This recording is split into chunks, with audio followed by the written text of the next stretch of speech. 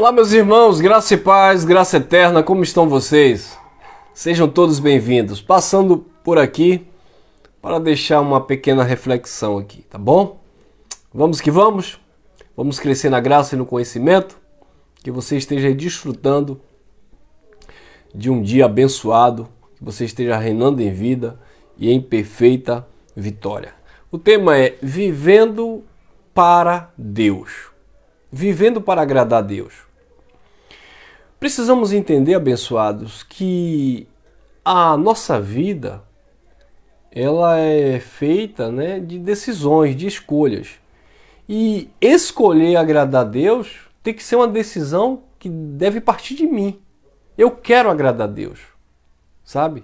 Eu quero honrar a Deus, não de lábios, como nós falávamos ontem. Eu quero honrar a Deus verdadeiramente com a minha vida, com o meu coração. Não como a tradição religiosa diz, eu quero dar a minha vida em teu altar. Nem sabe o que é isso. Dar a vida em altar era ser sacrificado. No sentido literal, era ser molado mesmo, era ser morto, né? Então, essa conversa de eu quero dar minha vida em teu altar, não é dar minha vida em teu altar. É honrar Deus no meu dia a dia, é viver para Deus no meu dia a dia. O apóstolo Paulo disse assim, orai sem cessar. O apóstolo Paulo disse, nós somos templo e morada do Espírito. O apóstolo Pedro disse, sede santo como é santo vosso Deus. Paulo disse, aquele que mentia, não minta mais, não dê lugar ao diabo, ou seja, não dê lugar à tua carne, à tua natureza humana, que só se inclina para aquilo que é o contrário à vontade de Deus. Então, viver para Deus é nesse conceito de entendimento. Sabe, viver para Deus é uma decisão que eu tomo mediante o conhecimento que eu tenho de Deus. E quem é que vai me conduzir a isso? A minha própria consciência. Não é uma religião, não é um líder que vai dizer como eu devo honrar, como eu devo viver para Deus. É minha própria consciência, que é conduzida pelo Espírito do Eterno. Então, quando eu entendo isso, quando eu decido honrar a Deus com a minha vida, é quando eu me sujeito ao Evangelho, a viver uma vida em justiça, em temor de Deus, conscientemente, e isso por amor, porque não pode ser por uma obrigação ou por medo. Muitas pessoas dizem que vivem para Deus, mas é com medo do diabo, com medo do pseudo-inferno, com medo de Jesus voltar e ele ficar, etc, etc. Então Deus olha para essas coisas e não se agrada. Partindo do princípio que quando Paulo falava lá de cooperação na igreja dos Coríntios, Paulo dizia, Deus ama quem dá com amor e alegria. Então quando você dá ou se doa, doa a sua vida no sentido de honrar a Deus, de viver para Deus, isso deve ser por generosidade, por amor e alegria. Eu não vou fazer aquilo porque eu tenho medo de perder a salvação. Eu não vou fazer aquilo, eu não vou praticar isso porque eu tenho medo de Jesus me castigar. Não, eu não vou fazer aquilo porque eu quero agradar o meu Pai. Eu quero agradar a Deus. Ah, irmão, mas aquilo ali não é nem pecado. Que não seja pecado. Mas não é pecado. É porque eu tenho uma consciência de um filho que quer andar em novidade de vida. Que quer de fato viver como um filho de Deus. Olha o que disse o apóstolo Paulo na carta aos Efésios, capítulo 5, versículo 1 e 2. Capítulo 5, versículo 1 e 2. Sede, pois, imitadores de Deus como filhos amados, e andai em amor como Cristo também vos amou e se entregou a si mesmo por nós como oferta e sacrifício a Deus em cheiro suave. Mas a prostituição e toda sorte de impureza ou cobiça, nem sequer se nomeie entre vós como convém a santos, nem baixeza, nem conversas tola, nem gracejos indecentes, coisas como essas que não convém, mas antes ações de graça.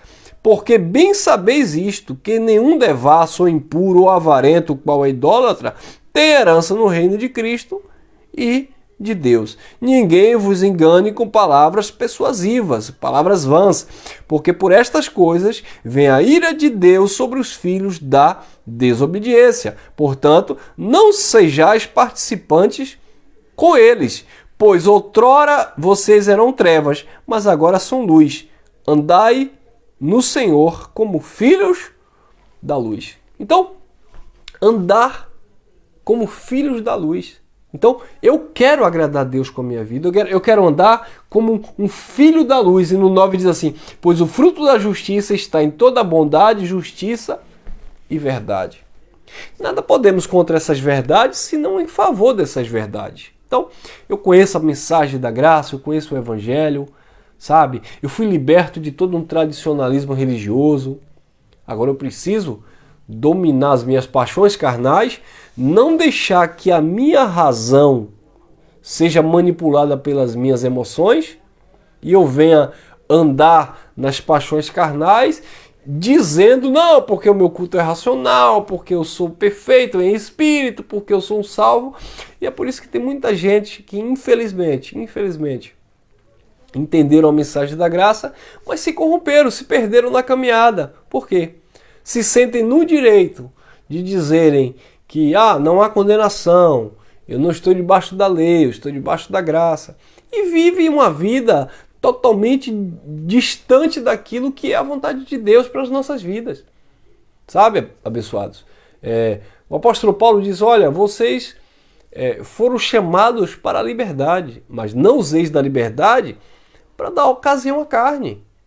Paulo também dizia, olha, vocês não receberam o espírito do mundo para andar em temor, em medo. O espírito do mundo é seguir o tradicionalismo, é seguir, sabe, a inclinação deste mundo. Mas vocês receberam o Espírito do Santo. É o Santo Espírito que habita em você, que te conduz à verdade, que te conduz no amor, que te conduz na justiça, que te traz paz, te traz alegria. Isso é o sentido de viver o reino de Deus, que não é comida, não é bebida, mas é paz, justiça e alegria no Espírito Santo. Então, que nós venhamos tomar decisões racionais no que tange a viver para Deus, a fazer a vontade de Deus, a viver esta vontade que é boa, que é perfeita e que é agradável. Lá no livro de Jeremias, o profeta Jeremias, se não me falha a memória, 11, 29, se eu não estiver equivocado, o profeta Jeremias, ele disse que nós devemos honrar o Senhor com os nossos corações, sabe? Que os nossos corações precisam estar voltados verdadeiramente para Deus. Que todo o nosso coração, que toda a nossa mente esteja presa no Senhor. Deixa eu procurar aqui, me veio a memória aqui, mas eu esqueci o termo usado, mas é bem interessante. Jeremias, deixa eu ver se é no capítulo 11 mesmo. Vamos lá, Jeremias, se eu não me engano, é o capítulo 11. Vamos lá, Jeremias, deixa eu ver se é 11 mesmo.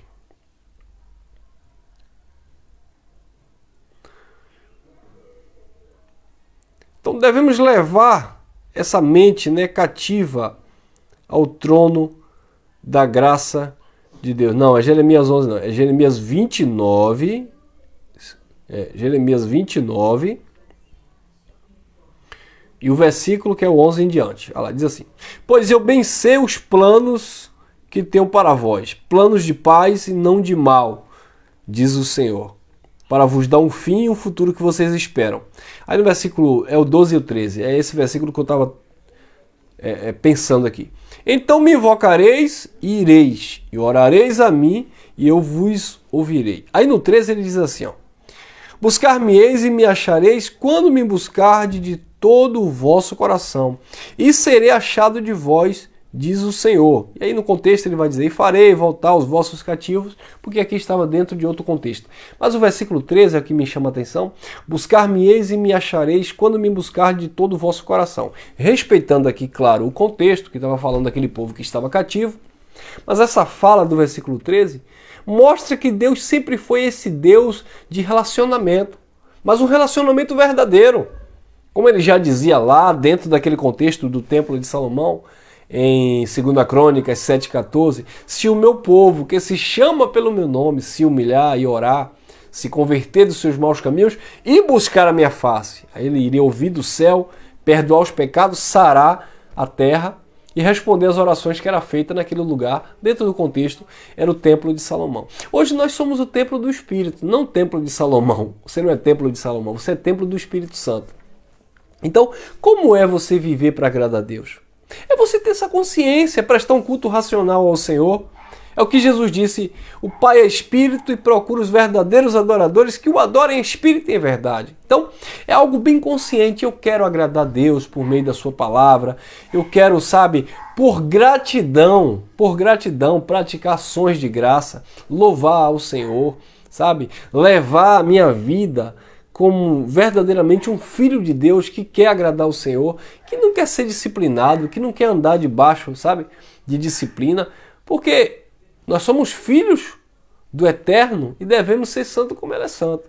Agora, se você quer ser toda hora disciplinado pelo Pai, então você não é filho, você é filho da desobediência. Quem é filho de Deus não é filho da desobediência. O desobediente, ele vive lá totalmente longe daquilo que é a vontade de Deus. Então, abençoados, que nós venhamos aprender a levar o nosso coração, né, de fato, a buscar esse Deus de fato, com o nosso entendimento, com a nossa mente, com todas as nossas forças, sabe? E separar o santo do profano, discernir as coisas. Isso agrada a Deus? Não. Eu preciso de alguém dizendo, eu preciso do irmão Elcio dizendo que isso é errado? Claro que não, abençoado. É a tua consciência, você sabe. O bom da graça de Deus é isso, é que hoje todos nós somos ministrados diretamente pelo Espírito, sem precisar de passar por mediadores, por intermediários. Não. Na religião, a gente esperava Deus usar o pastor, Deus usar o pseudo profeta. Hoje não. É a nossa consciência. Papai do céu, ministra aí. Você sabe onde você anda, o que você faz, o que você fala. E é a tua consciência que dá testemunho diante de Deus. Paulo diz, não que eu me sinta perfeito, mas uma coisa eu faço, esquecendo-me das coisas que para trás ficaram, eu prossigo, eu avanço para as coisas que estão diante de mim.